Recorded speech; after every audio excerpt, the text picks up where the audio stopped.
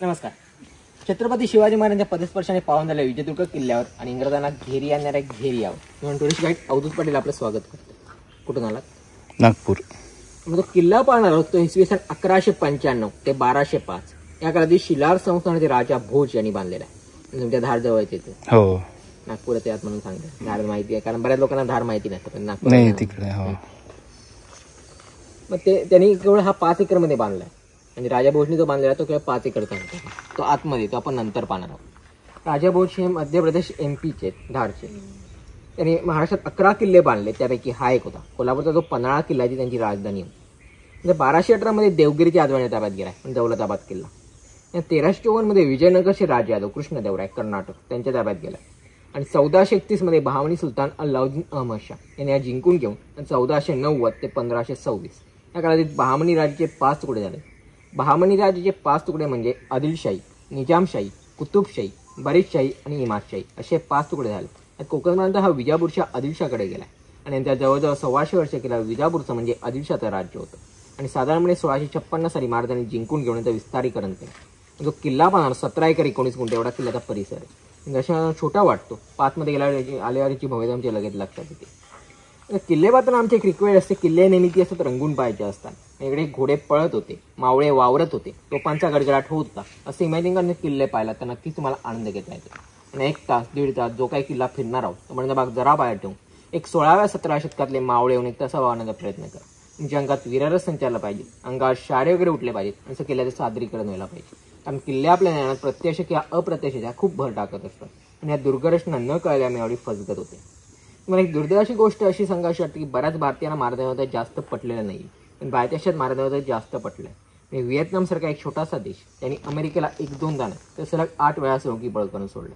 म्हणजे मिलिटरीचे सेनापती होते हो ची मिन्ह म्हणून. त्यांचा जेव्हा इंटरव्ह्यू घेण्यात आला आणि जेव्हा त्यांना प्रश्न विचारण्यात आला की तुम्ही अमेरिकेला एवढा सक्सेस कसा मिळवला, त्यांनी प्रांजळपणे सांगितलं की आम्ही काही केलं नाही. इंडियासारख्या देशात शिवाजीराजांचे कर्तबगार राजे होऊन गेले, त्यांचा गनिमी कावा हे टेक्निक वापरले आणि त्यामुळे एवढा सक्सेस मिळाला. तेवढं बोलून थांबत नाही तर ते पुढे असं बोलतात की जेव्हा मरेल आणि जेव्हा माझी कबर बांधतात त्या कबरेवर स्पष्टपणे इकडे शिवरायांचा मावळा विसावला. एवढं महाराजांचं त्यांना पटलेलं पण आपल्याला तेवढं पटलं नाही. सध्या भगतसिंग, राजगुरू, सुखदेव हे जेव्हा फाशीवर गेले तर त्यांना त्यांची शेवटची इच्छा विचारण्यात आली. त्यांनी सुद्धा सांगितलं की आम्हाला शिवाजी महाराज समाजात दर्शन घ्यायचं आणि मगच आम्ही फाशीवर जाऊ. म्हणजे एवढं महाराजांचं महत्त्व होतं पण आपल्याला तेवढं कळलं नाही. पण सध्या 27 मिलिटरीसह महाराज गनिमीगारे धडे शिकले जातात. या अमेरिकेसारख्या देशात वेस्टर्न पॉईंटला सुद्धा महाराज गनिमीगारे धडे शिकले जातात, पण आपलं सरकार तिकडे लक्ष देत नाही. आपलं सरकार उलट इतिहासातले धडे कमी करत जाते. येताना तुम्हाला जिबिता दरवाजा लागला. जिबिता दरवाजा म्हणजे आघाडीचा दरवाजा असतो. म्हणजे चढायची पहिली सुरुवात तुम्हाला तिकडून असते. तो फर्स्ट एंट्रन्स आहे. पारसी शब्द आहे, त्यांना फरक वाटतो. तो त्याचा शब्द आहे. आपण म्हणतो खबरदार जर टाच मारून जाल पुढे चिंदड्या उडविणे राई राई एवढे असे म्हणणारे आपले आघाडीचे मावळे तिकडे अहोरात्र पारादीत उभी असतात. किल्ले पाहताना शंका आहे ते किल्ले एवढे टिकतात कसे काय. तरी बाहेरची तटबंदी आपण काही काही ठिकाणी मेल फिमेल लॉकिंग पद्धतीने बनवली. पुलिंगी स्त्रीलिंगी दगड असे यात लॉक केले. आपण हेमाडपंथीय बांधकामाचा नमुना असं म्हटलं जातं. म्हणजे जुनी मंदिर बघितलात किंवा कोल्हापूरचं महालक्ष्मीचं मंदिर बघ तर हेमाडपंथीय बांधकामाचा नमुना. त्यात प्रामुख्याने गुळ, चुना, शिस असं मटेरियल वापरलंय. तर काही काही ठिकाणी राळ, कात्या, हिरड्याची पानं, चुनकाडी असं बाइंडिंग मटेरियल वापरलंय, पावसाचं पाणी वगैरे आत जाऊ नये म्हणून. संपूर्ण तटबंदी पांढरे पांढरे स्पॉट दिसतात. त्यांना तुम्हाला दिसले असते तटबंदी त्यामध्ये जाताना बघितलं. ते सगळे पांढरे पांढरे स्पॉट म्हणजे तोपगोळे बसून नंतर ते बुजवण्यात आले. 1718 मध्ये ब्रिटिश गव्हर्नर ते वॉल्टर बून आणि सर 2 दिवस तोफांचा भडीमार केलाय आणि तोपगोळे बसून नंतर ते बुजवण्यात आले. ज्यावेळी किल्ले जाते कान्होजी आंग्रे, त्यांच्या मुलीचं नाव लाडूबाई. तिच्या अविवाहित ते गडाशी बरीचशी मंडळी बाहेर गेली आणि पावसाचे दिवस होते. तो मुकासून हल्ला केलाय. त्याच्या कवीमध्ये त्यांनी 4 पंक्ती केल्यात. त्यांचं म्हणणं असं होतं, पाणी यातल्या शंडधनांचे बंड पाहिलेलं आहे, विजयवंत गाजला चौकडे विजयदुर्ग घेरिया. म्हणजे इंग्रजांना अक्षरशः शंड म्हटलं. सर 2 दिवस तोफांचा भडीमार करत होते, पण इंचरचा दगड हलवू शकले नाही, पण इंग्रजांना शंड असं म्हटलं. तर त्यांचे अधिकारी डगलस म्हणतात आम्ही विजयदुर्ग तोफांची गोळी डागले खरे, तर काही उपयोग झाला नाही. ते आपले जे बोळे बसतात तसे बसलेत आणि बाजूला आणून पडलेत. एवढ्या किल्ल्याचं वैशिष्ट्य आहे. आणि वरती त्यांना छोटे छोटे होल होते. आणि आता इकडे बघितलं आता तुम्ही हे छोटे छोटे होल आहे ते धनुष्यबाण किंवा बंदुकीने मारण्यासाठी असतात. त्यामुळे त्यांच्या भाषेत जंगी असं म्हणतो. शब्दप्रयोग वापरतोय जंगी मारामारी झाली तर त्याचा शब्दप्रयोग धनुष्यबाणाची किंवा बंदुकीचे मारे असणारे. आणि खालचे मोठे होते ते पावसाचं पाणी द्यायला किंवा हवा पासवण्यासाठी होते. आणि त्या साईडला चौकोन होते, असे मोठे मोठे चौकोन असतात, त्याला आपण फांजी म्हणतो. यात तोफगाडा असतो. तो तोफगाडा व्हायला मागे येतो, रिकॉल येतो. तो मागे येऊन म्हणून त्याला उतार दिलेला आहे तिकडे. याला आपण दुर्गरचना म्हणतोय. आणि या समजावून घेणं प्रश्न खूप महत्वाचा असतो. तुम्ही जे आमच्याकडे येता तर आम्ही तुम्हाला सांगत असतो की आजचा दिवस तुमचा सुवर्णाक्षरात लिहून ठेवण्यासारखा दिवस आहे. केव्हा तुम्ही महाराजांचे म्हणजे युगपुरुषांचे किल्ले बघताय आणि किल्ले आणि महाराष्ट्र माध्यम ठेवून काहीतरी आउटपुट घेतला पाहिजे. पण इतिहासकार गोनी दांडेकर म्हणतात तुम्ही डोळे असून किल्ले पाहू शकत नाही, कान असून किल्ले ऐकू शकत नाही आणि पाय असून किल्ले चालू शकत नाही. आणि किल्ले पाहायचे नसतात तर ते अनुभवायचे असतात. दांडेकर स्वतंत्र असा अभ्यास त्याला दुसरा टप्पा असं नाव द्या आणि 2 टप्प्यात किल्ला दाखवतो. एक म्हणजे या दुर्गरचना समजावून घेणे, आम्ही तुम्हाला सांगितलं आमच्या लगेच लक्षात येतात. दुसरा टप्पा जरा अवघड असतो. दुसरा टप्पा असा असतो या तटबंदी तुम्हाला जिवंत करायचे असतात, या तटबंदी तुम्हाला खुणवत आहेत की आम्ही तोफांचा मारा झेलून मजबूत राहिला. या अशात कुठल्याही संकटात म्हणा कुठे टेन्शन वगैरे घेऊ नका. डॉक्टर पाण्याचा खर्च कमी होतो की नाही, हा दुसरा टप्पा आहे. आणि ह्याची आपल्या अशात अंमलबजावणी नक्कीच त्याचा फायदा मिळेल. पण किल्ले माध्यमातून तो उचलला गेला पाहिजे. आता आपल्या 21व्या शतकातलं जीवन आहे, फाट जीवन आहे. आपल्या बारीक सारीक गोष्टी टेन्शन लगेच येते आणि खर्चडला तरी टेन्शन येतं. पण महाराजांनी जर 1600 टेन्शन घेतलं असतं म्हणजे महाराजांना सगळं शून्यातून निर्माण करायचं होतं. आणि महाराजांनी जर 1600 टेन्शन घेतलं असतं तर आपल्या स्वराज्य हा 3 अक्षरी शब्द आहे तो मिळाला नसता. टेन्शन वगैरे घेऊ नका. टेन्शन घेऊन कुठलाही प्रॉब्लेम सुटत नाही, उलट ते वाढत जात आहे. म्हणजे आता आपण काय करतो नुसतं शिवाजी महाराज नुसतं जय म्हणतो. त्याच्यापासून प्रेरणा घेण्याचा रूप आहे तो कुठेतरी बाजूला पडत चालला. किल्ले माध्यमातून तो उचलला गेला पाहिजे. असा मुख्य दरवाजा आहे. आता ह्याची रचना जर तुम्ही बघितलं तर डाव्या बाजूला वळवून बांधलेली, याला गोमुख पद्धतीची बांधणी म्हणतो किंवा गोमुख रचना बोलते. याला आपल्या भाषेत लपवलेला दरवाजा म्हटलं जातं. म्हणजे जोपर्यंत दरवाजा समोर येत नाही तेव्हा दरवाजा दिसत नाही. त्याच्यामागे 4 प्रमुख कारणं असतात. पहिलं म्हणजे शत्रूला पटकन दिसू नये म्हणून. शत्रूच्या जिबीच्या दरवाजाने आत आला तर तो गोंधळणार. त्या गोंधळलेल्या द्विधावस्था आपण त्याला जंगीमधून टिपायचं असतं, गनपॉईंटमधून टिपणार आहोत. दुसरं कारण म्हणजे हत्ती घोडा यांचा वेग कमी होत आहे. चढण आणि परत टर्न त्यांची सुद्धा दरवाजाला जोरात बसू शकत नाही. तिसरं कारण म्हणजे लाकडी वणकर फक्त सरळ आणणार आहोत, वाकडा जाणार नाही. याची सुद्धा दरवाजाला जोरात बसू शकत नाही. चौथं सर्वात महत्त्वाचं कारण म्हणजे तोफगोळ्यांचा मारा हा तटबंदीला बसतो, दरवाजा जाऊ शकत नाही. दरवाजा फोडण्याची शक्यता खूप कमी असते. हे सगळे किल्ले बघा मला असेच दरवाजे मिळतात. रायगड बघा, प्रतापगड बघा, जंजिरा बघा किंवा सिंधुदुर्ग असेच दरवाजे. आणि आपली जास्त करून माणसं उजव्या हाताची असतात, राईट हँडेड असतात. आपण खालून मारा केला की तो तटबंदीला बसणार, आपल्याला नाही बसत. आपण वरून मारा करणार, आपला हाव जो आत पडतो, आपला जोरात प्रेशर नाही बसतो. शिवाय पुढे निमूत आहोत गेल्यामुळे पुढे शत्रुसेना कमी बसते. नाही राईट हँडचं कसं सांगितलं होतं? राईट हँड म्हणजे खालून आपला मारा केला की तो तटबंदीला बसणार, राईट हँड असतो खालून तो तटबंदीला बसतो. आणि आपण वरून मारा करतोय आपला हाऊस वाद पडणार, आपला जोरात प्रेशर नाही बसतो. शिवाय पुढे निमूत आहोत गेल्यामुळे पुढे शत्रुसेनेचा कमी बसतो आणि परत आपण त्यांना वरून आरामात मारतो. आणि प्रत्येक वेळी तो तेवढा मोठा दरवाजा उघडणं शक्य नव्हतं. खाली छोटा दरवाजा असणार, त्याला आपण दिंडी दरवाजा म्हणतो. आणि लोखंडी खेळ मुद्दाम ठेवलेले असतात, त्याला हत्तीने धडक दिली तर जखमी आहे या उद्देशाने. आणि लाकडी ओंडका आणला तरी तो त्याच्यात अडकणार आहे, मागे त्याला त्रास होतो. तसे पलीकडच्या भिंतीतून म्हणजे इकडून हे हा चौकोन दिसतोय, तिकडून एवढा नाही ठीक आहे, इकडून तिकडे सांगायचं तिकडे सांगायचं असं काही नाही. यांना काय नवीन बनवलाय दरवाजा, हा इकडे असा छोटा असतो त्याला दिंडी दरवाजा म्हणतो. हे खेळ मुद्दाम ठेवलेले असतात, हत्तीने जर धडक दिली तर जखमी आहे या उद्देशाने. आणि लाकडी ओंडका आणला तर तो त्याच्यात अडकतो आणि मागे त्याला त्रास होतो. म्हणजे अजून टोकदार असतात तर आता हे नवीन बनवल्यामुळे ते मला तेवढे टोकदार नाही. आणि हे पूर्ण सागवान लाकूड असतं, आपण वर्षानुवर्ष पाण्यात भिजत ठेवलं त्याच्यासाठी सारखं की ते निघून जातं आणि मग ते वापरला त्याला सिझनिंग पद्धत म्हणतो. म्हणून हे मजबूत लाकूड. तसे मी मगाशी तो होल दाखवला ना, तिकडून एवढं मोठं लांब लाकूड येतं आणि ते इकडे मग अडकतं. आपण आडणं म्हणतो, अडसर म्हणतोय की आगळ म्हणतो. आणि इकडे जे पहारेकरी असतात ते 24 तास उभं राहू शकत नाही, ते दमणार. तात्पुरता आराम करणे त्यांना हा भाग होता, त्याला आपण देवडी म्हणतो. आताची वॉशिंग मशीन जर बघितला तर अशाच असतात, तर त्या छोट्या आणि एसी झाले. तसं हे पूर्ण हा शेवटचा तो एक परिवार आहे बघा. हे पॅचेस दिसतोय हे सगळे तोफांचे मारे झाले, पांढऱ्या पॅचेस हे सगळे तोफांचा मारा असतो. हा शेवटचा गोळा इथपर्यंत येतो, त्याच्या पुढे येणार नाही. आणि कुठल्या त्यांनी मारा गेला तो दरवाजापर्यंत येत नाही, आपला दरवाजा दिसत नाही. पण बेटा याच्यातून तोफा कशा जातील, छिद्र लहान लहान आहेत.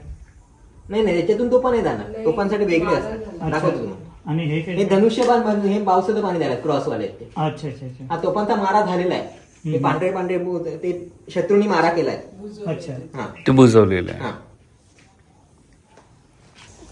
सनई वगैरे वगैरे वाजवण्याची जागा नगरखाडे मुख्य दरवाजा वरती असतात, बाकी कुठे नसतात. पूर्ण किल्ल्याला मेसेज सुद्धा पास केला जातो. आणि कोणी जन्मला कोणाचा मृत्यू वगैरे झाला की राजे येणार असतील, आक्रमण वगैरे होणार असेल तर तिकडे विशिष्ट पद्धतीने वाजवलं जायचं, पूर्ण किल्ल्याला मेसेज मिळायचं. पूर्वी मेसेज पास करण्याचे 2च टेक्निक होते, एक म्हणजे ध्वनी आणि प्रकाश, लाईट अँड साऊंड. म्हणजे दूर असलात अतिशय वेगवान रीतीने तो मेसेज पोहोचवला जायचा.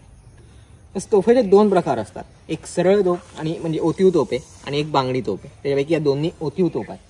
बांगडी तोफ आतमध्ये तिकडे आपण तोफाची सविस्तर माहिती घ्या नंतर. या दोन्ही छोट्या तोफा आहेत. हे बाजूचे गोळे दिसतात ते लोखंडी गोळे, त्याला आपण कुल्फी गोळे म्हणतो. याच्यामध्ये आपण परत दारू ठासून पडणार आहोत. वरती शिष्याने किंवा छड्याने पॅक केलं जाणार, त्याला कुलूप लावलं जायचं म्हणजे त्याला कुल्फी गोळे म्हणतो. आणि मग तोफेच्या तोंडी दिल्या जातात आणि मग हे जाऊन आदळून फुटणार आहेत. म्हणजे त्या तोफा मोठ्या आहेत, तोफा छोट्या आहेत आणि हे गोळे मोठ्या तोफीचे. नाही ते त्याच्यात नाही, तर ते मोठ्या तोफा लागणार आहेत त्याला. जेवढा डायमीटर जास्त तेवढा तो जास्त लांब जातोय. त्याला कुलूप असतं म्हणून त्याला कुल्फी गोळे म्हणते. आणि जाऊन आदळून फुटतायत आणि तुकडे लागून किंवा दारूचं पदरून किंवा शरीराचं पदरून मग तो शत्रू नंतर मारणार आहे. आणि या मधला मोठा दिसतोय तो दगडी गोळा आहे. आणि मुख्य तळा शत्रू आला चुकून तर नुसते आपण वरून अंगावर सोडणार आहोत. त्याचा तोफीत नाही वापर केला जातात, नुसते वरून अंगावर सोडले जातात, हाताने टाकले जाणार आहे. हँडबॉम्ब सारखा वापर केला जाईल. खलबतखाना. खलबतखाना म्हणजे गुप्त चर्चा करण्याची जागा आहे. आपण सिक्रेट कॉन्फरन्स म्हणतो तिकडे होणार त्यावेळी. आणि त्याच्या स्ट्रॅटर्जी इकडे डिस्कस केले जाते. आपल्याला सदर म्हणजे दरबाराचा भाग हा प्रत्येक किल्ल्यावर बघायला मिळतो, पण खलबतखाने जास्त करून कुठल्या किल्ल्यावर बघायला मिळत नाही. खलबतखाने फक्त राजधानीच्या म्हणजे कॅपिटलच्या फोर्टवर असतो. म्हणजे आपल्या स्वराज्याची पहिली राजधानी राजगड आणि दुसऱ्याने रायगड, तिकडे तुम्हाला खलबतखाने बघायला मिळत आहे. महाराजांनी 1664 साली आरमार स्थापन या किल्ल्यावर केली, त्यामुळे आरमाराच्या राजधानीचा किल्ला, नेव्हीच्या कॅपिटलचा फोर्ट आहे. तर इकडे तर आपल्याला खलबतखाना बघायला मिळतो. त्या दगडांना डोळे नसणारी बारीक बारीक छिद्र आहे, म्हणजे एकदम पोरस दगड आहे, त्यामुळे आतमध्ये आवाज घुमतो. बाहेर लाकडी दरवाजा असणार आहे, बाहेर जाऊन पहारेकरी उभे केले जायचे आणि मग आतमध्ये चर्चा चालू असणार आहे. चर्चा चालू असताना जवळपास कोणाला फिरकू द्यायची नाही. आणि आता आपली देवळं बघा ती गोलाकार असतात, तर आवाज वगैरे काही घुमत नाही. आपल्या दगडांची रचना व्यवस्थित नसते. तुम्ही जर विजापूरचा गोलघुमट बघितला असा किंवा गोळकोणा जर किल्ला बघितला असा, तिकडे असा आवाज घुमतो, तसा इकडे पण आतमध्ये आवाज घुमतोय.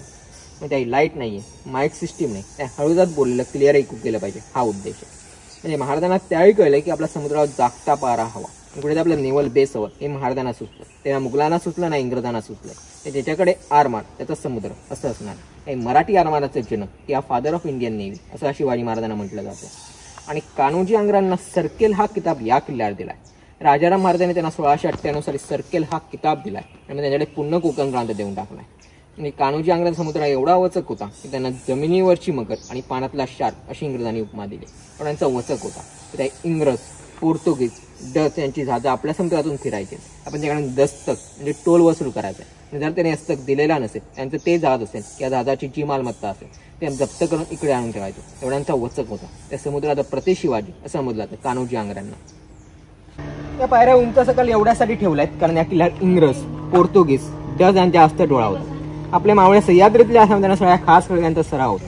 त्यांना किल्ला पटकन जिंकता आणि किल्ल्याने इंग्रज पोर्तुगीज त्रास व्हा ह्या पायऱ्या उंच सकल ठेवल्या. प्रत्येक दगड बघा त्यांनी मोजून मापून बसवलाय आणि जेणेकरून इंग्रज चढताना पडले पाहिजेत आणि त्यांना लागलं पाहिजे. आपला त्रासाचा मागचा उद्देश नाही. प्रत्येक दगडाची लांबी, रुंदी, उंची वेगवेगळी, एक साईज मध्ये एक पण दगड नाही, अनिवन आहे. आणि समोर दिसते आपण शुक नदीची खाडी म्हणतो. कशाची खाडी? नावाची नदी आहे, त्याची खाडी म्हणजे बॅकवॉटर आहे. वाघोटन नावाची खाडी आहे. वाघोटन इकडून 40 किलो लांबीपर्यंत पसरली. मुंबई गोवा महामार्गावर खारेपाटण म्हणून गाव तिथपर्यंत गेलेली. पलीकडचा डोंगर आहे तो राजापूर तालुका, रत्नागिरी जिल्हा.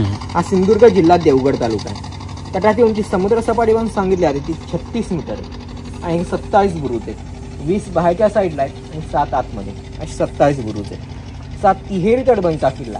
त्याच्या खाली पहिली तटबंदी एकदम सुरुवातीला, ती मधली दुसरी तटबंदी आहे आणि तिसरी, आणि ह्याच्यामध्ये एक किल्ला आहे. त्याला तिहेरी तटबंदीचा किल्ला म्हणतो. किल्ल्याला जेवढ्या तटबंदी किंवा दरवाजा जास्त आहेत तेवढं किल्ल्याचं संरक्षण जास्त आहे. या किल्ल्याला तटबंदी जास्त आहे. म्हणजे जंजिरा बघितला असेल किंवा सिंधुदुर्ग जर बघितला असेल तुम्हाला तिकडे सिंगल तटबंदी, किल्ल्याला तिहेरी तटबंदी आहे. तिहेरी तटबंदी असलेला एकमेव जलदुर्ग आहे. तो समोर बीच दिसतो तो माडबनचा बीच आहे. त्याच्या पाठीमागे जैतापूर आणि ऊर्जा प्रकल्प आहे. JSW चा ना तिथे. हा, न्यूक्लिअर पॉवर प्लांट. हा, न्यूक्लिअर करेक्ट. तुम्हाला संपूर्ण तटबंदी जर फिरायचं असेल तिकडून खालून रस्ता आहे. हा अजूनही जाऊ शकतो. हा, अजूनही पूर्ण राऊंड येतो डायरेक्ट. हो का? तिकडे आपण दारुगोळ्याचं कोठार आहे. तिकडे आपण घोड्याने दारुगोळा घेऊन इकडून प्रत्येक बुरुजावर टाकत जाणार आहे. असे 20 बुरुज आहेत बाहेरच्या साईडला. असा पूर्ण राऊंड होतो बाहेर. म्हणजे मग अशी म्हणालो घोडे पळत इमॅजिन करा. तिकडून ते घोडे दारुगोळा घेऊन असे पळत जाणार बाहेर, पूर्ण तटबंदीला सप्लाय करत. हा टेहाळणी बुरुज आहे. टहाळणी. टेहाळणी म्हणजे पाहणी करणे. खाडीवरचा आकारावर पाहण्यासाठी सर्वात उंचावर बांधलेला बुरुज आपण वॉच टॉवर म्हणतो. तो वॉच टॉवर नेहमी उंचावर असतात. खिडक्या होता मुद्दाम उंच ठेवल्या. आणि इकडून तुम्हाला तिहेरी तटबंदी स्पष्ट दिसते. थ्री लाईट प्रोटेक्शन क्लिअर दिसते. ती पहिली आहे, ही दुसरी आहे आणि तिसरी. आणि खाडीचा जास्तीत जास्त भाग दिसतोय. लांबव शत्रूला आपण खाली निरोप देणार आहोत. मग तेवढा पण त्या तोफा तयार ठेवणार आहोत. हे तोफांसाठी असतात. ते चौकोन दिसतात. Correct correct. त्याला उतार केलाय बघा, स्लोप दिलाय. तो रिकॉल येतो म्हणून तो स्लोप दिलाय. रिकॉल येऊ नये असं ना. हा, रिकॉल येऊ नये म्हणून तो स्लोप. इकडे एकूण 4 किल्लेदार होते. कान्होजी आंग्रे, संभाजी आंग्रे, तुळाजी आंग्रे. हे 3 आंग्रे घराण्यातले. म्हणजे आंग्रे घराण्याच्या 3 पिढ्या झाल्या. आणि शेवटचे आनंदराव धुळपे यांच्या आपल्या गावात वाडा येते. त्यापैकी संभाजी आंग्रे शिवभक्त होते. पूर्वी काही काळ कुणकेश्वर पर्यंत चालत जाणार आहे. म्हणजे 40 किलो लांबपर्यंत चालत जायचे. पण पुढे त्यांना शक्य नसल्यामुळे त्यांनी इकडे शिवलिंगाची स्थापना केली. त्यांना इकडून असा दृष्टांत झालेला, म्हणजे स्वप्न पडलेलं की इकडून तिकडे 2 तोफगोळे एकत्र एकाच ठिकाणी जाऊन पडणार आहेत. तिकडे शिवशंकर स्वयंभू प्रकट होणार होते. इकडून त्यांनी 2 तोफगोळे टाकले. ते 1.5 किलोमीटर अंतर जाऊन पडले. आणि मग ते रामेश्वर देऊळ बांधायला सुरुवात केली. आता उजवीकडे जाताना लागेल तुम्हाला. ते पूर्ण पाषाण खोदून त्यांच्या काळात देऊळ बांधायला सुरुवात झाली. तिकडे त्यांची समाधी सुद्धा आहे. भिंतीची चित्रशैली सुद्धा बघायला मिळेल. आणि आनंदराव धुळप आणि पोर्तुगीज संतान नावाचं जहाज होतं 1791 सालचं लुटलेली. ते दादा लुटलेली घंटा सुद्धा एखाद्या मंदिरात. पोर्तुगीज संतान नावाचं जहाज होतं. त्याच्या बाहेरच्या साईडला मला पाणी होतं. म्हणजे आता ती टेम्पो गेला ना, 2 व्हीलर जाते बघा, त्या साईडला मला पाणी होतं. म्हणजे जास्त खोल पाणी नव्हतं, कालव्या टाईप पाणी होतं, कॅनॉल टाईप. त्यामुळे येण्या जाण्यासाठी लाकडी पूल असणार आहे. तो पण दिवसभर चालू ठेवणार आहोत आणि रात्रीचा काढून टाकणार आहोत. म्हणजे रात्रीचा किल्ल्याचा संपर्क तोडून टाकणार आहोत. त्या 4ही बाजूने पाण्याने घेरलेला असल्यानं त्यावेळेचं नाव होतं घेरिया. मी मगाशी म्हणालो इंग्रजांना घेरिया आणणारा हा घेरिया. त्यामुळे शिवाजी महाराजांनी जेव्हा किल्ला जिंकला 1656 मध्ये, त्या विजय संवत्सर नावाचं वर्ष चालू होतं. त्या वर्षात जिंकून घेऊन बांधकाम चालू केलंय. म्हणून महाराजांनी या किल्ल्याला विजयदुर्ग नाव दिलेलं आहे. ती गोल दिसेल ती विहीर आहे. झाड आहेत ना, घराच्या मागे झाडं दिसतात बघा. हो, ती विहीर आहे तिकडे. अच्छा. या घराच्या पाठीमागेच आहे. झाडं आहेत ना, थोडा कठडा दिसेल दिसला तर. ही बोरीची झाडं दिसत आहेत ना, त्याच्या या साईडला विहीर आहे. खूप सारी झाड आहेत तिथे. ब्लू कलरचं बघ, टीन शेड. भरून गेलं. हा, ती विहीर आहे. विहीर आहे तिथे. आणि हे मारुती मंदिर आहे. मूर्ती त्यावेळेस आहे. मंदिराचा जीर्णोद्धार आत्ता केला, त्यानं बलभीम महाराजांचं मंदिर म्हणतो. ढाचा जर बघितला तो मस्जिद सारखा आहे बघा. म्हणजे आपली संख्या कमी असणार, 400 ते 500च्या आसपास. आणि मुस्लिम लोक जास्त असणार आहे, 40,000 ते 50,000.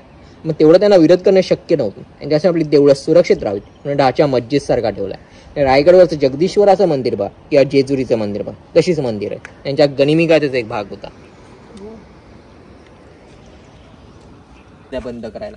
आडणं म्हणतो, अडसर म्हणतो, आगळ म्हणतो. ते इकडून ते टाकलं आता ते पलीकडे जाऊन लॉक होते. हे दारुगोळ्याचं कोठार आहे. शत्रूचा मुख्याला दारुगोळ्याच्या कोठारावर. तर लाकडी छप्पर असतं तर जळून गेलं असतं, म्हणून दगडी छप्पर ठेवलंय मुद्दा. आणि डबल भिंत आहे, आतून आणि बाहेरून अशी डबल भिंत आहे. त्याच्यासुद्धा आपण राळ, कात्या, हिरड्याची पानं, चुनखडी असं बाइंडिंग मटेरियल वापरलंय. पावसाचं पाणी वगैरे आज जाऊ नये म्हणून. आणि दगडी छप्पर असलेला असतो शक्यतो कमी बघायला मिळतो. आपल्याकडे अजून पूर्णपणे दगडी छप्पर आहे. अजूनही चांगलं आहे. जाडजाड तटबंदी आहेत म्हणून किल्ले व्यवस्थित राहिले. आता शत्रूच्या एका फटक्यात ते पडून गेले असते. महाराजांनी आपल्या मावळ्यांची घरी मातीची बांधली. त्या छप्पर एक कौलारुक्या नावाच्या झावळांची केली. त्या गवताच्या गणीने ते साकारले. म्हणजे मला एक कारणच असतं किल्ल्यात तटबंदी जर मजबूत नसते आणि आतमधली घरं किती मजबूत बांधा, ती दगडाची बांधा, ती शत्रूला वाढायला वेळ लागत नाही. आणि महाराजांनी जिकडे खर्च केला पाहिजे तिकडे खर्च केला, तिकडे काटकसर केली पाहिजे तिकडे काटकसर केली. एवढा बारीक सारीक गोष्टीचं महाराजांकडे प्लॅनिंग होतं. आणि आपल्याकडे प्लॅनिंग नाही आहे काय. पण घर बांधताना सुद्धा बारीक सारीक गोष्टी त्याच्यात केल्या जात नाही. म्हणजे आपल्याला बाल्कनी हवी म्हणून ती बाल्कनी ठेवतो. म्हणजे काही महिन्यांनी किंवा काही वर्षांनी तीच बाल्कनी जागा कमी पडते आणि पाणी सुद्धा टाकतोय. केलेला खर्च फुकट जातोय आणि परत नव्याने खर्च करावा लागतो. महाराष्ट्र यशस्वी होण्यामागे 2च कारणं होती. एक म्हणजे यांचं व्यवस्थित प्लॅनिंग आहे आणि दुसरं म्हणजे यांची माणसं जोडण्याची पद्धत. ते यशस्वी झाले. ह्याच्यापुढे कुठली होता गोष्ट करताना प्लॅनिंग करून करत जा. म्हणजे महाराजांनी त्याही सांगितलं की आम्ही आमच्या त्यासाठी एवढी माणसं जोडून ठेवली की आमच्या काही केल्या पारतंत्र्यात जाऊ शकत नाही. त्याप्रमाणे महाराज जाऊन तर 350 वर्ष होत आली तरी आपण स्वराज्यात आहोत, सुराज्यात नसलो तरी. या बिझनेस टॅक्टिक्स आहेत म्हणून शिवाजी महाराजांना बेस्ट मॅनेजमेंट गुरु असं म्हटलं जातं. हे कोठार आहे. शत्रूचा दुसऱ्याला रसद तोडण्यावर असतो. ह्याच्यासुद्धा आपण दगडी छप्पर ठेवलाय मुद्दा. म्हणजे मला जेवढं वरती दिसतं तेवढंच जमिनीच्या खाली आहे. आणि पूर्वी किल्ल्याला 6-6 महिने 1-1 वर्ष वेढा पडणार आहे. त्यात मला अन्नधान्य आणि दारुगोळा संपला किंवा शत्रूशी लढू शकत नाही. आरामात 1-2 वर्ष पुरेल एवढं त्यात धान्य साठवलेलं असायचं. इकडे एक व्हेंटिलेशन आहे आणि पुढे एक व्हेंटिलेशन, असे 2 व्हेंटिलेशन आहे. आणि अच्छा. त्या साईडला एक धान्य कोठार आहे. असे 2 धान्य कोठार आहेत. अच्छा 2 आहे.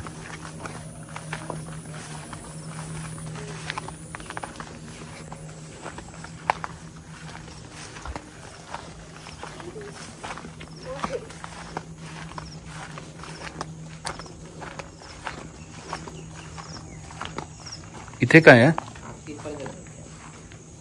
ते खाली जाईल. हो डायरेक्ट इथे डायरेक्ट ओपनच झालेलं आहे. हा ते खालीकडे बघ. इकडनं पण आरामात कोणी पण येऊ शकते मग तर. नाही इकडे नाही. सांगतो खाली गेलं, खाली जायचं असेल तर खाली जाईल, नाही तर वरती थोडंच खाली खोल होतं. हो. आणि हा काय हे भुयार आहे.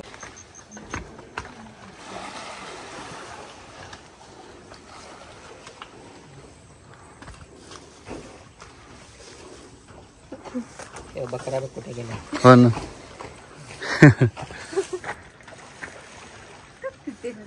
हे दाखवलं होतं मूवी मध्ये. हे आपण आजूबाजूच्या गावातलं धान्य गोळा करून मोठ्या गलबताने समुद्रात आणलं जाणार आहे. छोट्या नौकांनी इकडे आणून इकडून आपण ते धान्य कोठार टाकलं जायचं. आपण धान्य कोठार जवळ ठेवलेत मुद्दाम. असं जलदुर्गावरती आजूबाजूला मोठे मोठे दगड मुद्दाम टाकलेले असतात. त्यामुळे पहिलं कारण म्हणजे लाटांचा मला डायरेक्ट किल्ल्याला नाही बसत. दुसरं कारण म्हणजे शत्रूच्या बोटीत जवळ येणार नाहीयेत, तर दगड आपण फुटणार आहेत. आणि तिसरं म्हणजे या दगडावर तुम्हाला हे ऑयस्टर्स असतात, व्हाईट व्हाईट दिसतात. ऑयस्टर्स आहेत, धार असते त्याला, शार्प असतात. या शत्रू चालत पण येणार नाही, त्याने पाय कापले जाणार. या शत्रू चालत पण येऊ शकत नाही.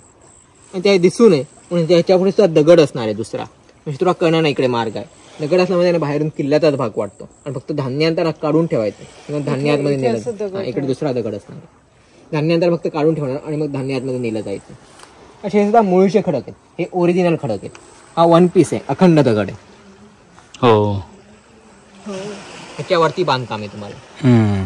शिवाय मधले 2 दगड थोडे क्रॉस बसवले, म्हणजे वरून किती प्रेशर टाकला तर त्याच्या नाही बसत, तो बाजूला पसरणार. बाजूला सुद्धा घट्ट धरून ठेवतो. म्हणजे वरून आता एवढा प्रेशर म्हणला ते खाली यायला पाहिजे, पण खाली येणार नाही आणि प्रेशर डिवाइडेड होतो, पसरतो बाजूला.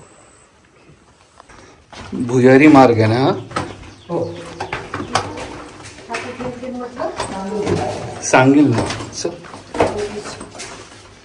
हे बघ कसं आहे.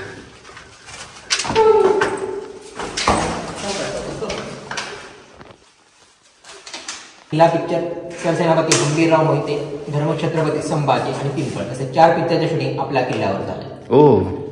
हा पुढे बुरुज आहे. हा संभाजी मध्ये. आता अनुप सिंग चालेल संभाजी, त्याच्यात दाखवले तुम्हाला. की मग आता शॉर्ट तुम्ही म्हणाल पिक्चरमध्ये तिकडचा शॉर्ट. कोणते 4 पिक्चर म्हटलं? किल्ला, अमृतासोबाचा किल्ला आहे. यानंतर प्रवीण तरड्यांचा सरसेनापती गंभीरराव मोहिते आणि धर्मछत्रपती संभाजी आणि पिंपळ असे 4 पिक्चर आहेत. पुढे बुरुज. तर बुरुज युद्धाच्या दृष्टीने महत्वाचा बुरुज आहे. आणि आपल्या मावळे तिकडून दारुगोळा घेऊन येता असणार आहे. म्हणजे दारुगोळ्याचं कोठार बाहेर जवळ ठेवलंय मुद्दा. आता आपला सायन्स काय म्हणजे मला बाहेर गार वाटला पाहिजे, आतमध्ये याला गरम व्हायला पाहिजे. आणि इकडे मला तसं वाटत नाही. इकडे आतमध्ये मला गार वाटतं. आणि शिवकालीन भुयारी मार्ग, मी पुन्हा मुंबईकडचे भुयारी मार्ग बघा, आतमध्ये गरम होतो आणि लाईट लावायला लागते, पंखे लावायला लागते, सरकार बोंब मारते वीज वाचवा. त्या उद्देशाने पावलं नाही होतं. महाराजांना बारीक सारीक गोष्टी द्यायच्या होत्या. आपल्या मावळ्यांची इकडून दारुगोळा घेऊन येता असणार. त्या उष्णतेने दारुगोळा आपण तो फुटू शकतो, सफोकेशन होऊ शकतो. एक क्रॉस व्हेंटिलेशन ठेवलं, इकडून हवा येते, तिकडे तुम्हाला पुढे पास होते. आतमधल्या भिंतीचा आपण पांढऱ्या ठेवलाय. त्या भिंतीनं जर चुनायला गेलं तर मुद्दाम पांढऱ्या ठेवलाय, जेणेकरून जास्तीत जास्त प्रकाश परावर्तित होईल आणि जास्तीत जास्त उजेड इकडे राहील. मग दिवसा मशाल लावू शकत नाही. दिवसा दारुगोळा घेऊन येता असतात, त्या मशाने दारुगोळा पेट घेतो. दिवसा मशाल लावू शकत नाही. तर रात्री वरती मशाल लावणार, या होलमध्ये मशाल लावणार. ओ अच्छा.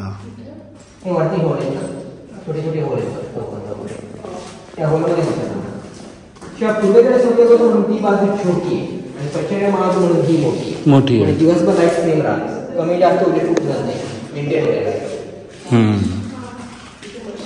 महत्वाचा बुरुज आहे. ह्याला आपण जंगी म्हणतो. हे धनुष्यबाण किंवा बंदुकीने मारण्यासाठी असतात.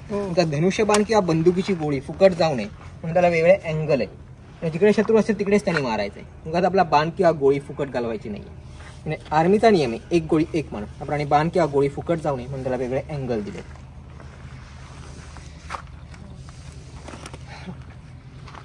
चार येते काय. हो 4 आहे टोटल. या बुरुजाचं नाव खूप लढा तोफा 12 बुरुज आहे. खूप लढा तोफा 12 बुरुज. आणि एकूण 6 फांजे अशा प्रत्येक फांजीत 2 तोफा असणार आहे. अशा एकूण 12 तोफा असणार या बुरुजावर. या बुरुजावर आपण एकूण जास्तीत जास्त ठिकाणी मारा करू शकतो किंवा जास्तीत जास्त मारा होऊ शकतो. जर ते भुयार कितुरेमध्ये कोणाला कळलं तर डावीकडे मारा होतो, आमने सामने मारा होतोय. तसा मुख्य दरवाजा मारा होऊ शकतो. हा पाठीमागे मुख्य दरवाजा आहे. हो तिकडेही आहे सगळं, इकडनं पूर्णच कव्हर होत आहे. आपण डोंगर बघून खाडीचं पाणी आतमध्ये घेतलं. काय म्हटलं?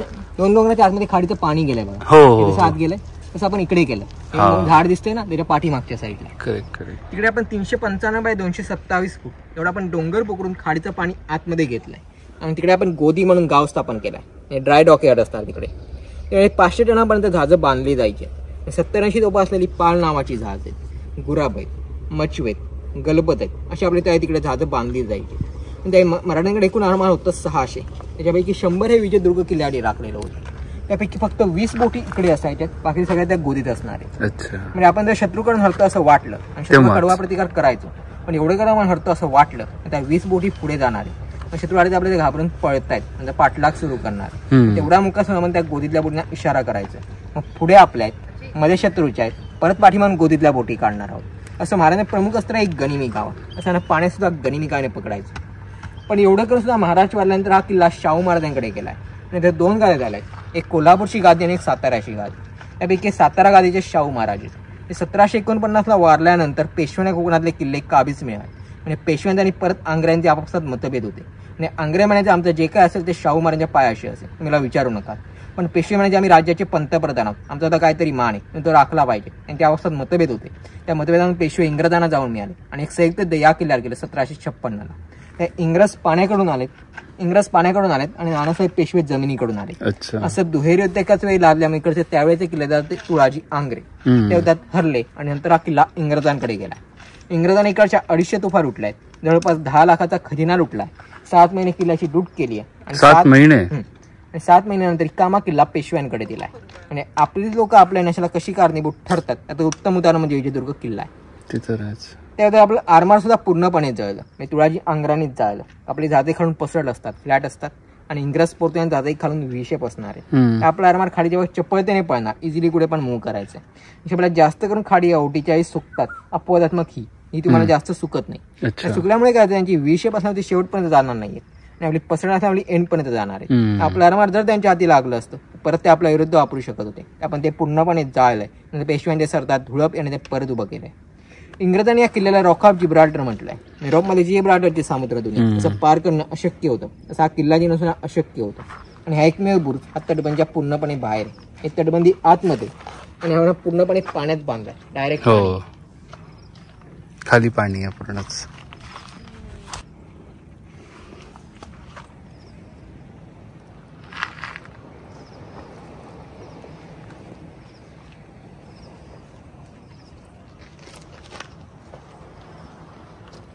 डायरेक्ट किल्ल्यात प्रवेश मिळते. इकडे सुद्धा की स्टोन लॉकिंग ठेवलं. हा की स्टोन आहे. एक दगड काढलाय पूर्ण खाली येणार. पलीकडे राहतो पलीकडेच राहतो, आतमध्ये जात नाही. इंटरलॉकिंग एक काढला की सगळं बंद होतंय. दरबार आतमधला भागात दरबाराचा आहे.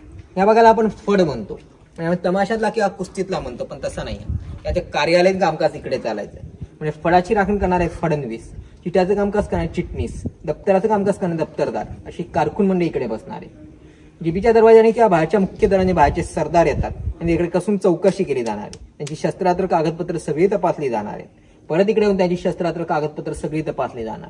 आणि एवढं करून ते दोषी आढळले तर त्यांना, आणि जीबीच्या दरवाजाने मुख्य दरवाजे पारेकरी असतील त्यांना, अशा तिघांना पण शिक्षा इकडे ठोठावली जायची. एवढी महाराजांची सुरक्षा चूक होती. म्हणजे महाराजांनी त्याही सांगितलं की आपला समुद्रावर जागता पारा हवा, तो आपण ठेवला नाहीये. आणि कसा वगैरे कधी 26 त्याला करून गेले ते आपल्याला कळलं पण नाही. महाराजांनी औरंगजेबाच्या सैनिकास सांगितलं की औरंगजेबात जाऊन सांग आम्ही आमच्या रतीसाठी 365 किल्ले तैनात करून ठेवले. आमच्या रतीने एक वर्ष जरी एक किल्ला लढवला तरी आमची 365 वर्ष तरी पारतंत्र्यात जाऊ शकत नाही. एवढी माझी दूरदृष्टी होती.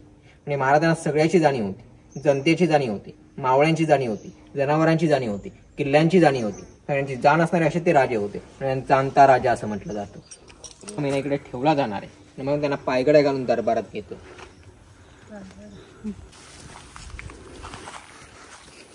हा दरबार आहे. हा दुमजली होता. वरती लाकडी छप्पर होतं ते पडलंय. आणि ते सुद्धा इकोसिस्टीम होती. म्हणजे राजांच्या विरोधात जर आपापसात दोन सरदामध्ये काही कुजबूज सुरू झाली आणि ती राजांपर्यंत ऐकू जावी आता मागचा उद्देश होता. पण तिकडे जरी हळूदात बोललात तुम्हाला तिथपर्यंत ऐकू जाणार आहे. रायगडवर जर बघितला तर तिकडे आहे, मेघडंबरीमध्ये बोललेलं नगरखान्यापर्यंत ऐकू जातं, तसं इकडे पण असणार आहे. हे होल दिसतात, एवढा पहिला मजला आहे, ह्याच्यावरती दुसरा मजला असणार आहे, परत लाकडी छप्पर असणार आहे, खापरी नळे असणार आहे, म्हणजे वरचा हा राणीवशासाठी आणि खालचा राजांसाठी असे 2 मजले आणि सुद्धा गालीचे असणार आहे ज्यूटचे आणि मध्ये मध्ये खांब असणार आहे. खांबांची लाईन आहे, पिलर्सची लाईन आहे. तुम्हाला सायन्सच्या भाषेत सांगायचं झालं 17 मीटर वर इको होतो, 17 मीटरपेक्षा जास्त अंतर आहे, 55 फुटापेक्षा जास्त अंतर आहे आणि चौकोन किंवा रेक्टँग्युलर शेप आहे, रेक्टँग्युलर शेप आहे, आयताकृती आहे. अच्छा त्याच्यात पिलर्स लाकडी खांब असणार. अच्छा.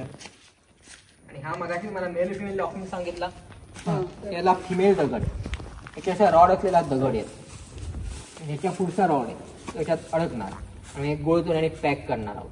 त्यामुळे फक्त बाहेरच्या तटबंदी वापरते आणि बाहेरची तटबंदी मला जेवढी मजबूत तेवढे किल्ले मजबूत आहेत. त्या बाहेरच्या तटबंदी काय काय ठिकाणी असे दगड बसवले, तसेच दारुगोळ्याच्या कोठारात आहे, ह्याच्या दुसरा एल शेप येतोय आणि ते अडकतो, हे असे इंटरलॉक होतात म्हणून बांधकाम मजबूत आहे.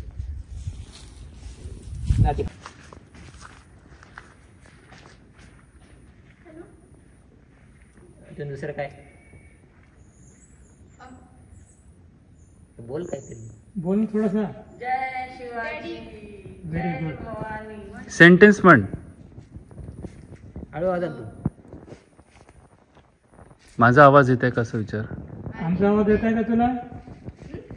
बोलो. जय शिवाजी, जय शिवाजी, जय भवानी. जय भवानी. हळू हळू हळू हे सगळं आवाजात बोल बघू. आजी तिथे माहित नाही काय करत ची पाग आहे म्हणजे घोडे बांधण्याची जागा आहे, आपण तबेला म्हणतोय. ही दरबारच्या जवळ एवढ्यासाठी ठेवली कारण बाहेरचे सरदार आले, त्यांची सभा संपली की आपले घोडे घेऊन बाहेरच्या बाहेर गेलं पाहिजे. आणि आतमधला किल्ला कळता कामा नये आणि दरबारच्या जवळ ठेवली. म्हणजे आता आपल्याकडे पाहुणे येतात त्यांना घर फिरून दाखवतं, आधी कपाड्याच्या जवळपासून सगळं दाखवतं. पण पूर्वी तसं नसायचं. पूर्वी आपले पंजा म्हणा किंवा खापर पंजा म्हणा ते बाहेरच्या लोकांना बाहेरच्या पडवीत किंवा ओसरीत बसवणार आहे. काही गुळ पण असेल ते द्यायचं, काही काम असेल ते विचारायचं आणि बाहेरच्या बाहेर जा म्हणायचं. पूर्वी चोरीचं प्रमाण खूप कमी होतं आणि त्याचमुळे ते चोरीचं प्रमाण अलीकडे तुम्हाला खूप वाढलं. म्हणजे मग अजून एक कारण असं असतं की आपण ठेवणीतले घोडेसुद्धा ठेवणार आहोत म्हणजे रिझर्व्ह हॉर्सेस. आणि राजे गडाला पण गड हरतो असं वाटलं तर राजे ते ठेवणीतले घोडे घेऊन मागच्या चोर दरवाजाने गडावर सुद्धा जाऊ शकतात, पण दरबारच्या जवळ ठेवलेली असते. म्हणजे महाराजांकडे 60% घोडदळ होतं आणि 40% पायदळ होतं. आणि महाराजांनी औरंगजेबाच्या पत्रात लिहिलं की आमच्या सह्याद्री साधे कल्पनेतले घोडे नाचू शकत नाही, हत्ती उंट लांबची गोष्ट आहे. औरंगजेबाला 3.5 लाखाची फौज घेऊन परत काहीच नेऊ शकला नाही, तो स्वतः मेला नगरला. अफजल खान सुद्धा तेवढीच फौज घेऊन आला, पण त्याला आपण जावळीच्या खोऱ्यात बोलून सगळं लुटलं, त्याला मारलाय. एवढ्याला महाराज शांत नाही बसले तर महाराजांनी पन्हाळ्यापर्यंत जिंकत गेले. निजारी पालकर सुद्धा विजापूरचा अर्धा पास जवळपास जिंकत गेले. ते घोडे होते म्हणून शक्य झालं, हत्ती उंट असतं ते शक्य झालं नसतं. हत्ती चालणार कधी, आपण युद्ध जिंकणार कधी, ते हत्ती असते ते शक्य झालं नसतं. शहाजी राजांनी महाराजांना एक श्लोक सांगितला, त्याने पागे जाताना म्हणायचे, यस्य अशा तस्य राज्यम, यस्य अशा तस्य मेदिनी, यस्य अशा तस्य साम्राज्यम, यस्य अशा तस्य सौख्यम, असा तो श्लोक होता. त्यांच्याकडे घोडे आहेत, त्यांचं ऐश्वर्य, साम्राज्य, सौख्य नेहमीच वाढीच लागतं. त्याप्रमाणे महाराजांनी ते वाढीच लागलंय. माडी म्हणजे राणीमाल म्हणतो किंवा राणी असा म्हणतो तो विजापूरकर नसल्याचा पुरावा देतात आदिलशाच्या काळात बांधल्याचा. कारण बांधकामामध्ये लाकूड वापरण्याची पद्धत, कन्सील पद्धत आदिलशाच्या काळात होती, आपल्या तशी नाही आहे. तो 3 मजली आहे, खालचा तळ मजला आहे आणि वरचे 2 मजले, असा तो 3 मजले. तिकडे आपल्या राण्यांची आंघोळ वगैरे झाली की पाठीमागे हौद आहे, त्या हौदाला पायऱ्या आहे, त्या पायऱ्यातून खाली जाणार आहे, कळशीनी पाणी काढून वरती आणणार आहे आणि मग तुळशीला घालणार आहे. तुळशी रुंदा किती उंच आहे त्यानुसार आपल्या स्त्रियांची उंची असणार आहे. त्याचे मुस्लिम लोक त्यांना नमाज वगैरे पडण्याची जागा दुसरं आदिलशाहीच्या काळात बांधण्याचा पुरावा देतात. पण महाराजांना सर्व धर्माबद्दल आदर असल्यामुळे नंतर सुद्धा ती व्यवस्थित ठेवली. म्हणजे महाराजांचं म्हणणं असं होतं, आमच्या स्वराज्यासाठी जो काम येईल तो आमचा मावळा आहे, त्यानंतर सुद्धा ती व्यवस्थित होती. आणि समर्थ रामदासांची उक्ती आहे, मराठा तुका मिळवावा, महाराष्ट्र धर्म वाढवावा, ही महाराजांनी सार्थ करून दाखवली. त्याही मराठा असा शब्द होता आणि मरेन पण हटणार नाही अशा त्यावेळची लोक होती. कुठल्या जातीची कुठल्या धर्माची सुट्टी महाराजांनी आपल्या स्वराज्यासाठी घेतली आहे. आणि आपले कोकणातले तोफखाना प्रमुख इब्राहिम दौलत खान होते, त्यांचे जवळचे अंगरक्षक मदारी मेहतर होते, आपले सेनापती नूरखान बेग होते, वकील काजी हैदर होते आणि अफजल खाना मारण्यासाठी ज्यांनी वागणं कपाट ते रुस्तम दमान, अशी एवढी मुस्लिम मंडळी त्या स्वराज्यासाठी खर्ची झाली. तो वरती स्थित होता राणीमालाच आहे, तो 2 मजली आहे. काही तटबंदी टॉयलेट दिसतं ते कॉर्नरला, टॉयलेट आहे त्यावेळेचं. आणि खालचा आडवा जो कोण दिसतोय ना तो सैनिकांना आराम करण्याची जागा आहे. एकदा जे जमले की तिकडून आराम करायचा. हा इथून पुढे 5 एकर मधला किल्ला सुरू झाला मूळचा, राजा भोजनी बांधलेला 12व्या शतकातला. आणि 12व्या शतकात किल्ला बांधण्याचं कारण म्हणजे फक्त व्यापार होता, युद्ध वगैरे काही नव्हतं. एक छोटा किल्ला होता, त्या टेहाळणीसाठी छोट्या पायऱ्या आहेत, छोटी तटबंदी आहे, जंगी फांजे असं आढळत नाहीये तुम्हाला. नाही. त्यामुळे खाली मोठं दिसेल ते धान्य कोठार होतं. हा, सगळा रिकामा किल्ला होता. अच्छा. तिकडे महाराजांना जागा मिळाली, तिकडे महाराजांनी बांधकाम केलंय. आणि पुढे छोटा किल्ला असल्याने आरामात छोटे मोठे आरामात तो जिंकला जाणार. आणि महाराजांनी या किल्ल्याला मजबूत केलंय. आणि महाराजांनी किल्ला मजबूत केल्यानंतर एवढे युद्ध सोडल्यानंतर हा कोणाकडे गेला नव्हता. जर फितुरी झाली नसती तर इंग्रजांकडे पण गेला नसता. आणि महाराजांनी जेवढं किल्ल्यांचं मत ओळखलं तेवढं बाकी कोणीच ओळखलं नव्हतं. महाराजांनी ज्या किल्ला जिंकला तर टेकडीसारखा भाग नव्हता. नंतर ही भराव घालून टेकडी तयार केली. नंतर महाराजांच्या स्वहस्ते भगवा ध्वज फडकवला. आणि आपण म्हणतो ध्वजविजयाचा उंच धरार. त्याप्रमाणे मराठ्यांच्या निशाणी 7 समुद्रा पार दिसलं पाहिजे, म्हणजे हा उंच करून नंतर महाराजांच्या स्वहस्ते भगवा ध्वज फडकवला. आणि आपण म्हणतो ध्वजविजयाचा उंच धरार. त्याप्रमाणे मराठ्यांच्या निशाणी 7 समुद्रा पार दिसला पाहिजे म्हणून जागा उंच केलेली. म्हणजे महाराजांनी स्वतःच्या हाताने भगवे ध्वज लावलेले 2च किल्ले आहेत, एक म्हणजे तोरणा आहे आणि दुसरा म्हणजे विजयदुर्ग आहे. तसे अशी म्हणालो आनंदराव धुळप यांच्या आपल्या गावात वाडा आहे. त्या वाड्यापर्यंत समुद्राखालून जाणारा भुयारी मार्ग आहे. आणि समुद्राच्या पाण्याची पातळी आपल्याला जिकडे कमी मिळाली तिकडे पाणी त्यांनी 1-1.5-2 किलोमीटर कालवे काढून त्यांनी पाणी बाजूला केले आणि एक माणूस घोड्यावरून बसून जाऊ शकेल एवढा त्यांनी रस्ता तयार केला. म्हणजे असे चोरमार्ग प्रत्येक किल्ल्यावर असतात, ते आपल्या लोकांना पळून जाण्यासाठी नसतात. आणि आपण जर हरतो असं वाटलं या किल्ल्याच्या शत्रूला ताब्यात जात असेल तर किल्ल्याचे ज्या स्त्रिया असतील, लहान मुलं असतील किंवा म्हातारी माणसं असतील त्यांना सुरक्षितपणे गावापर्यंत नेण्याची जबाबदारी या मार्गाने केलेली. म्हणजे आपले लोक सुरक्षित राहिले पण किल्ला परत गाव पण जिंकू शकतो या मार्ग ठेवलेला तो आता बंद आहे पूर्णपणे. आणि बचेंगे तो और भी लढेंगे हे प्रिन्सिपल होतं त्याचं. सत्ता संघर्ष होता. आणि मोऱ्यांमधले काही मंडळी आदिलशाच्या राजशाला गेली.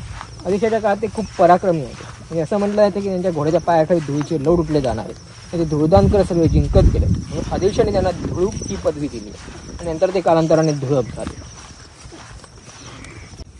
शिवाजी महाराज किल्ले जर ओळखायचे असते ते मारुती मंदिर, भवानी मातेचं मंदिर आणि शिवलिंग असे तुम्हाला 3 बघायला मिळतात. शक्तिस्थानं, स्फूर्तिस्थानं किंवा बलस्थानं असतात.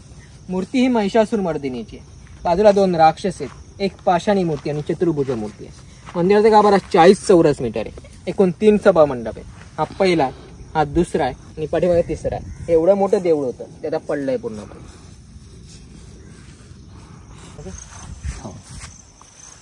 हा किल्ला असा ऐतिहासिक दृष्ट्या महत्वाचा आहे, असा वैज्ञानिक दृष्ट्या महत्वाचा आहे.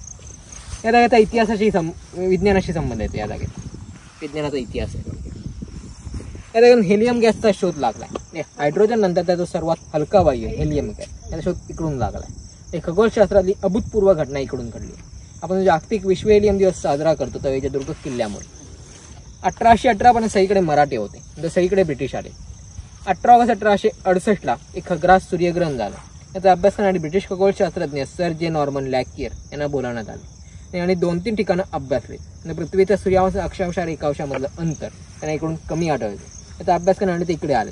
इकडे त्यांनी 2 दुर्बिणी लावल्यात आणि ते 9:24 तर 32 मिनिटं असं 8 मिनिटांचं सूर्यग्रहण त्यांना इकडून अभ्यासलंय. मला सूर्यावरती 2 स्पेक्ट्रा सापडतात, एक हायड्रोजनचा आहे आणि एक सोडियमचा आहे. त्यांना अजून एक वेगळा येल्लो कलरचा स्पेक्ट्रा सापडलाय. पुढे 30 वर्षानंतर परत एक सूर्यग्रहण झाला 1898ला. त्याचा अभ्यास करण्यासाठी ते इकडे आले आणि ते एक सहकारी होते, फ्रेंच ॲस्ट्रोनॉमर होते जॉन्सन म्हणून. त्यांना आंध्र प्रदेशमध्ये गुंटूर येथे पण झालं म्हणजे दुसऱ्या वर्ल्ड वॉर. परत दोन्हीकडे तसे स्पेक्ट्रा सापडले. प्रयोगांती असा निष्कर्ष निघाला की दोन्ही स्पेक्ट्रा एकच आहेत. ग्रीक भाषेत हेलियस म्हणजे आपला सूर्य म्हणजे सूर्यावरती प्रथम सापडल्यामुळे नंतर हेलियम असं नाव देण्यात आले. शोध इकडून लागल्यामुळे किल्ला आपण हेलियमचा पाळनागर म्हणजे उगम स्रोत असं म्हटलं जातो. आणि जागेला आपण साहेबाचे ओटे म्हणतोय. आणि इंग्रजी आपण साहेब म्हणायचो आणि प्लॅटफॉर्म म्हणजे ओटे म्हणून साहेबाचे ओटे असं नाव दिलंय. आणि जगातला पहिला शोध इकडून लागलाय कलाल बांगडी नावाची. आणि बांगड्या घडवून बनवली म्हणजे रिंग जॉईन करून बनवलेली. आणि आपल्याला जेवढा तोप गोळा टाकायचा त्याप्रमाणे आपण पहिली दारू ठासून बनणार आहोत. म्हणजे थोडा की आपल्याला असा तोप गोळा टाकला त्याच्यात छोटे कुल्फी गोळे असतात. त्याच्यातले सुद्धा आपण परत दारू ठासून बनणार आहोत. पण शिष्याने किंवा छड्याने पॅक केले जातात आणि तोपेला तोंडी राहतात. तूप लावून ते तोपेला तोंडी राहणार. पाठीमागून तोपेला वाद दिली की दारू पेढत येऊन मध्ये गॅप असणार तो गॅस फोडणार आहे. पेशंटच्या ज्वाळा निर्माण होणार आहे, प्रेशर निर्माण होणार आणि प्रेशर निर्माण तो गोळा पुढे स्पीडने जातोय. याच्यामध्ये राऊंड असल्यामुळे तो फिरत जातोय. स्पायरल मुवमेंट मिळते, ॲक्युरसी मिळते, त्याला ॲक्युरेट बसतो टार्गेटवर आणि जास्त डॅमेज सुद्धा करतोय. हेच टेक्निक आपण सध्या रायफलमध्ये वापरतोय.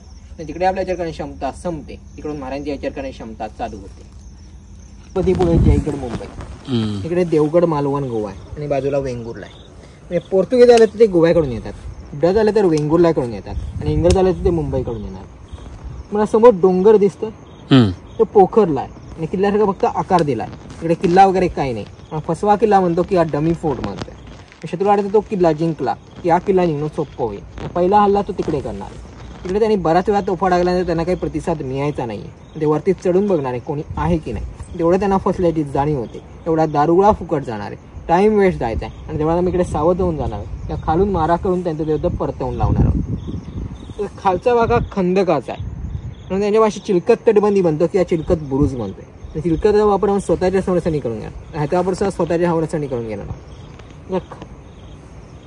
या तटबंदीला खाली होल आहे. त्या होलनी आपण भरतीच्या वेळी अर्ध्यापर्यंत समुद्राचं पाणी आतमध्ये घेणार आहोत. खाली अर्ध्यापर्यंत समुद्राचं पाणी असायचं. आपण तोप तर गोलंदाज किंवा तोपची म्हणतोय. तोपेचा असा प्रचंड असतो आणि बहिरेपण येण्याची शक्यता असते किंवा शारीरिक इजा होण्याची शक्यता असते. आणि पलीकडे युद्धाच्या सगळीकडचे तोपगाडे चालू असणार आहे. तिकडे तोपेला बत्ती दिली, इकडे तिकडे पायाला कुठे त्यांना जागा नसणार आहे. खाली खंदकात म्हणजे पाण्यात येऊन तेवढी मारायचे. तोपगाळा सुटेपर्यंत पाण्यात दबा धरून बसणार आहे. तोपगाळा सुटला की ते बाहेर येणार आहे. तो प्रचंड गरम होते. नाहीच पण तो खंदकाला तो वापरू शकता. आणि पलीकडे जरी तटबंदीवर जरी शत्रू असला तरी तो परत पाण्यामुळे इकडे येऊ शकत नाही. आणि परत आपण त्याला इकडून मारू शकतो. असे मल्टीपर्पज कन्स्ट्रक्शन, बहुपयोगी बांधकाम आहे. तुम्हाला हा असा बुरुज आहे. आता या साईडला एक बुरुज आहे. त्या बुरुजापासून एक 150 मीटर अंतर सोडून 500 मीटर लांब आणि 5 मीटर खोल अशी एक पाण्याखाली भिंत बांधलेली आहे. आणि माझे कारण एवढंच आहे, इंग्रज पोर्तुगीज यांच्या बोटी या खालून विशेप होत्या, आपल्या खालून फ्लॅट पसरट होत्या. आपल्या याच्यावरून सरळ येणार आहेत आणि इंग्रज पोर्तुगीज त्याला धडकून फुटायच्या. त्या शोध अलीकडेच लागला, म्हणजे 1989ला लागला. म्हणजे मेरिटाईम हिस्ट्री बोर्डाचे गुपचूप म्हणून साहेब आहेत, त्यांना पोर्तुगीजांची पत्र आढळली आणि पोर्तुगीज इंग्रजांना मदत केली. आणि त्यात असं लिहिलंय की विजेतून अशी काही भूताटकी किंवा अद्भुत आश्चर्य आहे ज्यामुळे आमची 2-3 जादा बुडाली. त्या खाली त्यात पूर्णपणे स्कुबाडाने सर्वेक्षण केलंय आणि त्यांना ती भिंत आढळली. भिंत म्हणजेच ते दगड रचलेत, गुळचुण्याचं बांधकाम नाहीये तिकडे. आणि खाडीच्या एंट्रन्सला मुद्दाम टाकली. आपल्या समुद्रातून आक्रमण होणं अशक्य आहे. त्यांना किल्ला निघायचं खाडीतच जावं लागणार. आणि खाडीत प्रवेश करतात त्यांची 1-2 जादा फुटली पाहिजे आणि खाडीच्या एंट्रन्सला मुद्दाम टाकली. अशा किल्ला होता मध्यवर्ती ठिकाणी बांधलाय. आणि इकडून रत्नागिरी जवळ आहे, सिंधुदुर्ग जवळ आहे आणि शाळेत खाडीपर्यंत जाणार म्हणजे कोल्हापूरच्या पायथ्यापर्यंत. शत्रू जर इकडेच वचक बसल्यानंतर शत्रू आरामात खाडीपर्यंत गेला असता. कोल्हापूर जिंकायला वेळ लागला नसता. वचक बसावा या उद्देशाने किल्ला मध्यवर्ती ठिकाणी बांधलाय. मग खालची इमारत 12 शतकातला धान्य कोठार आहे. आणि कोल्हापूरचा पन्हाळा किल्ला जर बघितला तर अशीच मोठी आहेत धान्य कोठार. आणि वरती ब्रिटिशकालीन गेस्ट हाऊस होतं. म्हणजे वरचं आत्ताचं असल्यामुळे पडलंय आणि खालचं जुनं असल्यामुळे चांगलं आहे. पण असं उलट कसं झालं रे. नंतर देवगिरी रायगड या किल्ल्यांवर बघतोय. पूर्वी कात्रात ते शनिवार वाडा असं दगडी चॅनलच्या साईडने पाणी घेतलं जाणार आहे. आपण नहर असं म्हटलं जातं. त्याच्यात इनलेट आणि आउटलेट असतात. हे वरती छोटे छोटे होल आहे. त्या होलने आणून पावसाचं पाणी आतमध्ये साठवलं जायचं. इकडे फिनिशिंग संपतंय आणि खालचा काळा काळा भाग दिसतोय. तिथपर्यंत पावसाचं पाणी साठवलेलं असायचं. आणि पूर्वी हाऊ धुतले जाणार आहेत कारण इकडचंच पाणी आपण या पायऱ्यांनी वरती आणून त्या छोट्या हौदात ओतणार आहोत घोड्यांना पिण्यासाठी. आणि माती वगैरे साठून घोड्यांना काही इजा वगैरे होऊ नये म्हणून हाऊ धुतले जाणार आहे. त्यामुळे आउटलेट असायचं. त्याचा आउटलेट ओपन असल्यामुळे मला पाणी शिल्लक नाही आतमध्ये. आणि वरती छोटे छोटे चौकोन दिसत आहेत. तर आपल्या मावळ्यांचा चढण्याचा सराव केला जाणार आहे. आणि जरी तो पडला तरी तो पाण्यात पडणार आहे. वरचा भाग आपण बुळबुळीत ठेवला आणि जेणेकरून त्यांना तो सराव यशस्वी व्हावा. रेन वॉटर हार्वेस्टिंग आहे.